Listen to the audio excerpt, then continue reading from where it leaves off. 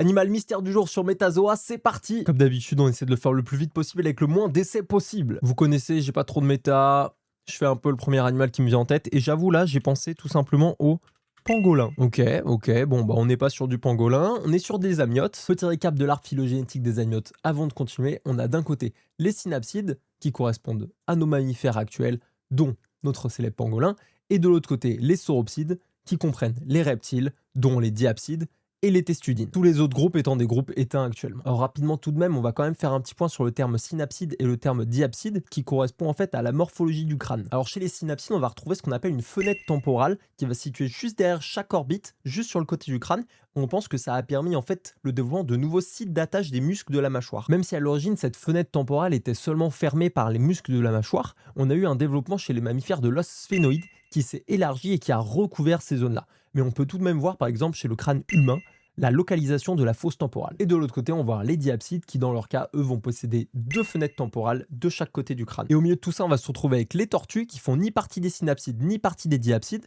Pourquoi? Parce que leur crâne ne présente aucune fenêtre temporale. C'est ce qu'on appelle un crâne anapside. Donc l'animal mystère qu'on cherche va être un amniote hors mammifère. Il va donc faire partie des reptiles, donc soit des reptiles aviens avec les oiseaux, soit des espèces qu'on appelle communément nous reptiles, c'est-à-dire les reptiles non aviens, crocodiles, lézards, tortues, serpents, amphisbènes, sphénodon, par exemple. En termes de proba, j'imagine qu'on va plutôt tomber sur un oiseau. Donc on va directement aller chez les oiseaux avec par exemple le rouge-gorge. Bon, premier oiseau qui m'est venu à l'esprit.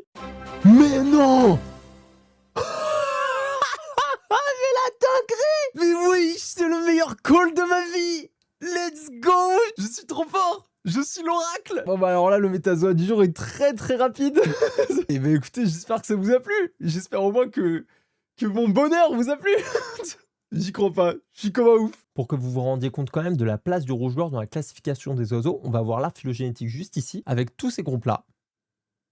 Et le rouge-gorge va être situé juste ici, chez les passereaux, le plus grand groupe d'oiseaux connus, qui regroupe plus de la moitié des espèces. D'ailleurs, les passereaux, vous en croisez sûrement tous les jours à travers certaines espèces bien communes, comme par exemple le moineau domestique, la mésange bleue, la pie bavarde ou encore la corneille noire. N'hésite pas à liker, commenter, partager ou t'abonner, ça fait extrêmement plaisir. À venir sur le Discord, on partage nos scores de Metazoa tous les jours, à nous rejoindre en live juste ici. Sur ce, merci beaucoup et à bientôt pour...